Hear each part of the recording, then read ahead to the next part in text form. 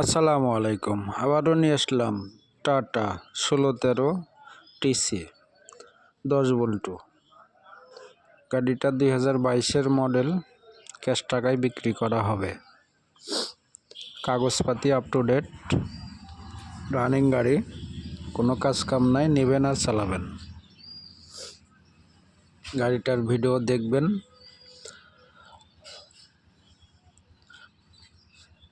গাড়ির মডেল 2022, কাগজপাতি up to date.